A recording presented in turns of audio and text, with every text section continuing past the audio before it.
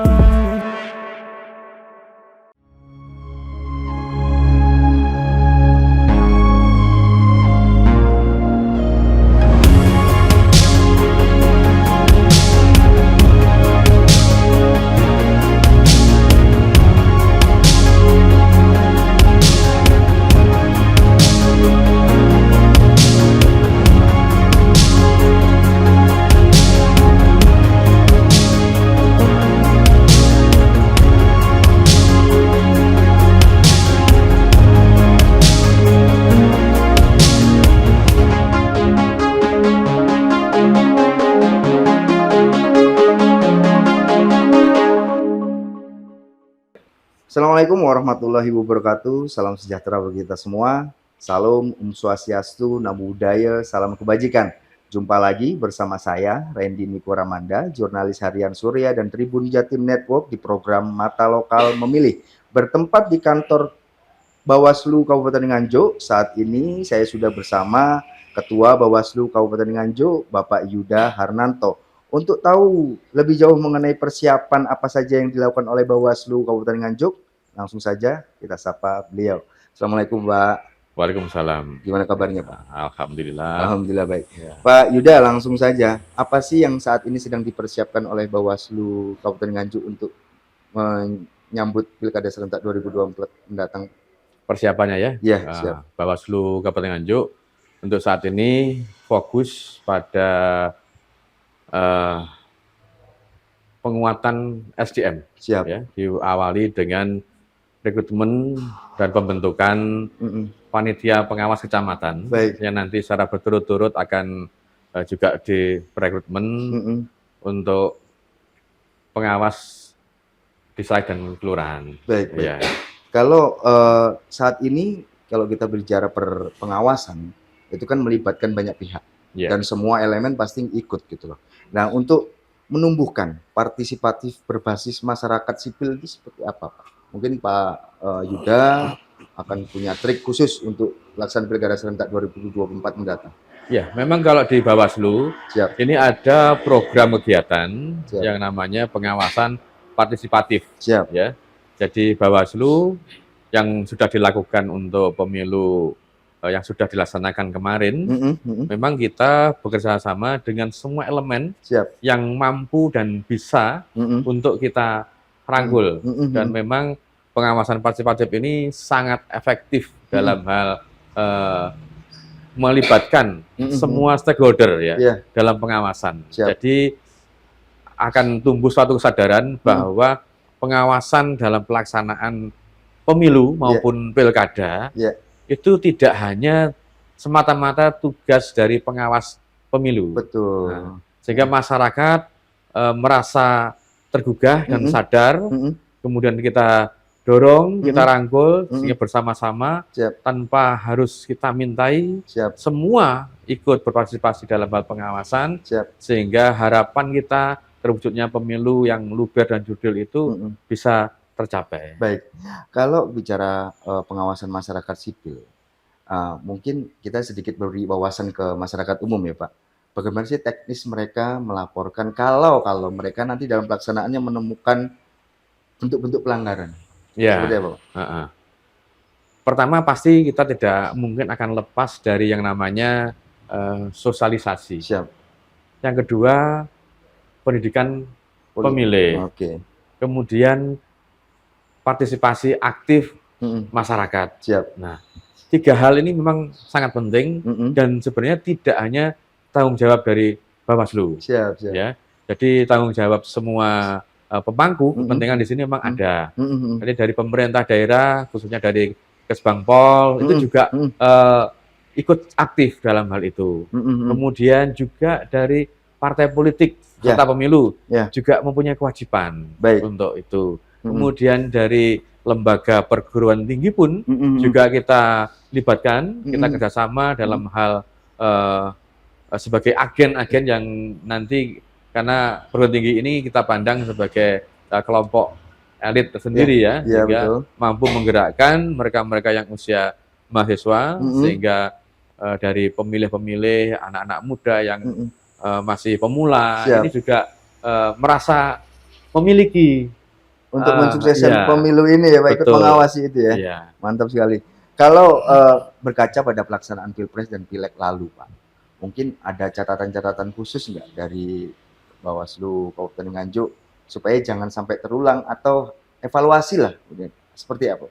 Ya, sedikit evaluasi dari pelaksanaan pemilu, baik Pileg Pilpres kemarin, memang khususnya di Nganjuk, ini memang luar biasa ya.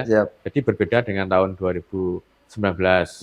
Jadi ada beberapa dapil yang kemudian perolehan kursinya ini ada yang melonjak drastis, kemudian ada yang justru menurun. Nah, sementara pemilihnya kan sama. Nah, sehingga bagaimana para peserta pemilu ini merebut hati pemilih. Kan begitu.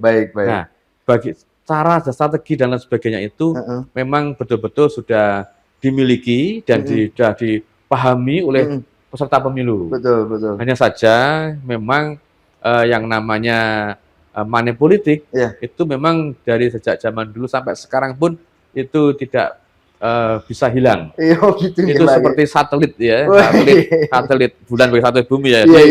Selalu mengiringi ya. Meskipun ya kadang kelihatan nampak tebal, kelihatan nampak tipis, gitu. Tapi kalau hilang tidak ada. Tetap baunya ada, tapi orang-orangnya, nah itu yang susah gitu. Sulit kita untuk membuktikan dan lain sebagainya. Tapi memang ada, dirasakan itu ada. Tapi ada beberapa hal yang kalau kita lakukan secara prosedur dari Bawaslu, memang belum bisa untuk kita buktikan tentang pelaksanaannya itu. Tetapi juga dirasakan memang ada seperti itu.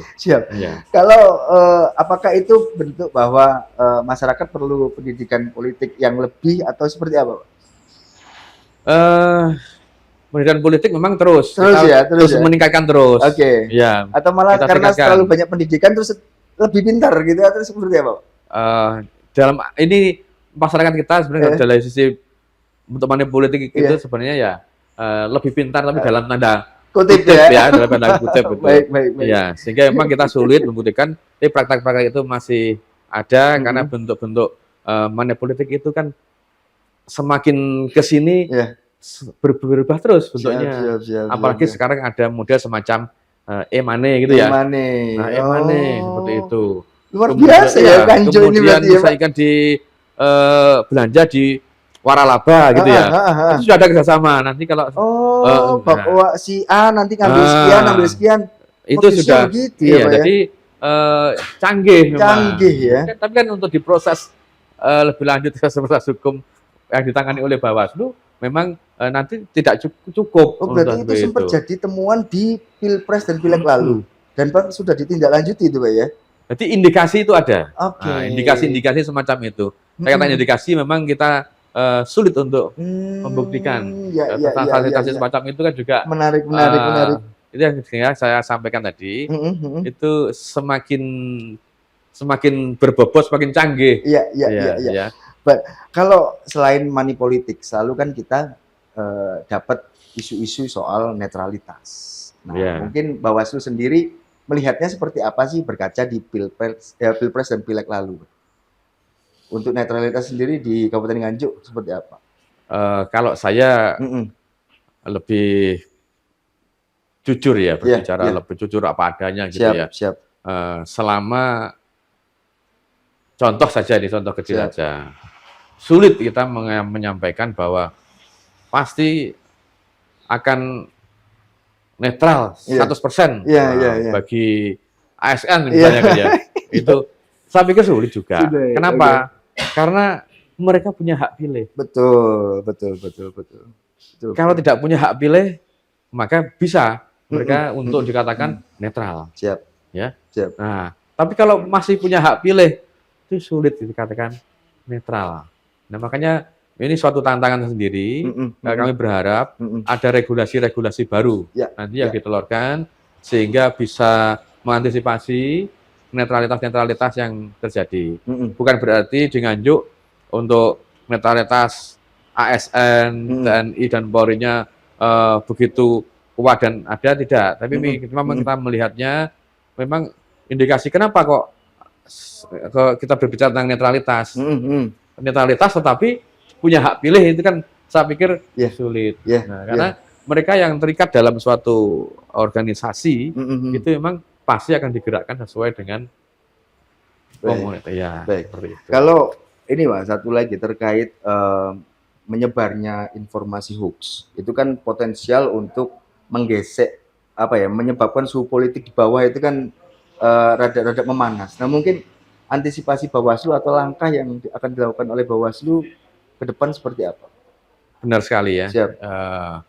Sehingga di awal tadi apa persiapan Bawaslu saat ini salah satunya adalah menyiapkan SDM yang kita rekrut ya. Nah, sehingga memang kami mencari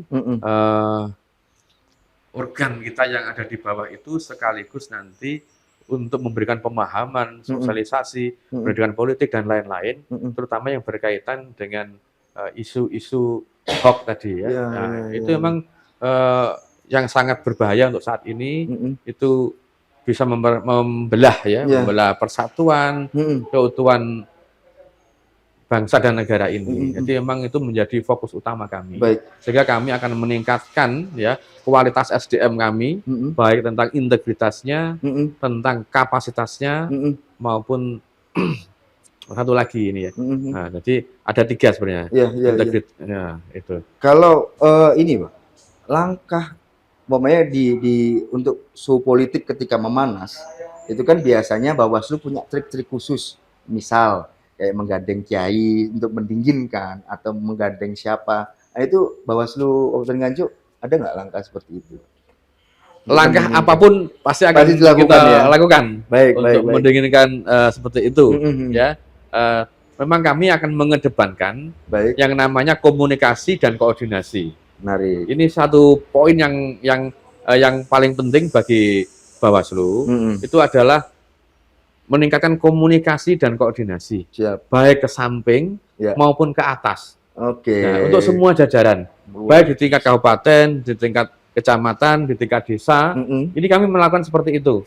Sehingga kalau komunikasi dan koordinasinya bagus, insya Allah itu semua akan teredam dengan sendirinya. Kondusif langsung. Kondusif, luar biasa. Baik, Pak Yuda, ini masuk sesi terakhir.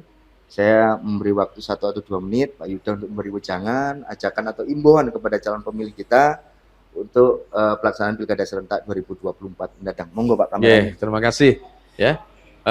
Jadi kepada warga Nganjuk ya khususnya, baik sebagai pemilih ya nantinya maupun yang belum punya hak pilih pun itu harus berpikir dan berpandangan ke depan, yaitu untuk menjaga stabilitas di daerah kita khususnya dan untuk negara kita.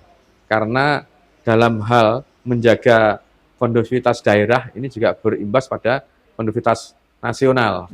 Nah, yang harus dilakukan salah satunya yaitu partisipasi aktif dari semua warga Nganjuk. Partisipasi aktif di sini adalah partisipasi sebagai sebagai pemilih yang mempunyai hak pilih, maka gunakan hak pilih sebaik-baiknya. Kemudian dalam hal memilih menjadi pemilih yang cerdas. Menjadi pemilih yang cerdas itu adalah pemilih yang mampu memilih sesuai dengan hati nuraninya.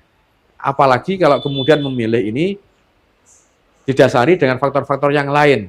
Munculnya suatu kebencian karena adanya isu-isu negatif, berita-berita yang belum tentu kebenarannya, bahkan itu merupakan berita bohong atau hoax, ya, itu maka bijak-bijaklah kita semua dalam memilah informasi.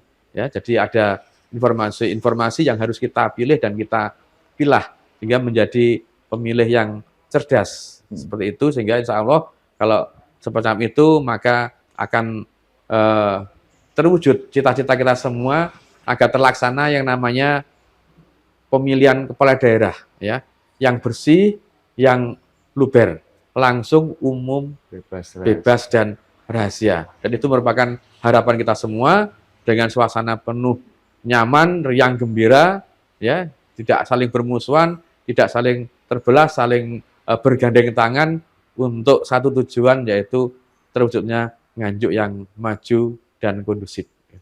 Terima kasih Pak Yuda. Baik Tribuners, itu tadi bincang santai saya dengan Ketua Bawaslu Kabupaten Nganjuk, Pak Yuda Hernanto. Semoga bisa diambil manfaat dan hikmahnya. Akhirul kalam, saya Randy Nukoramanda, pamit. Assalamualaikum warahmatullahi wabarakatuh. Waalaikumsalam.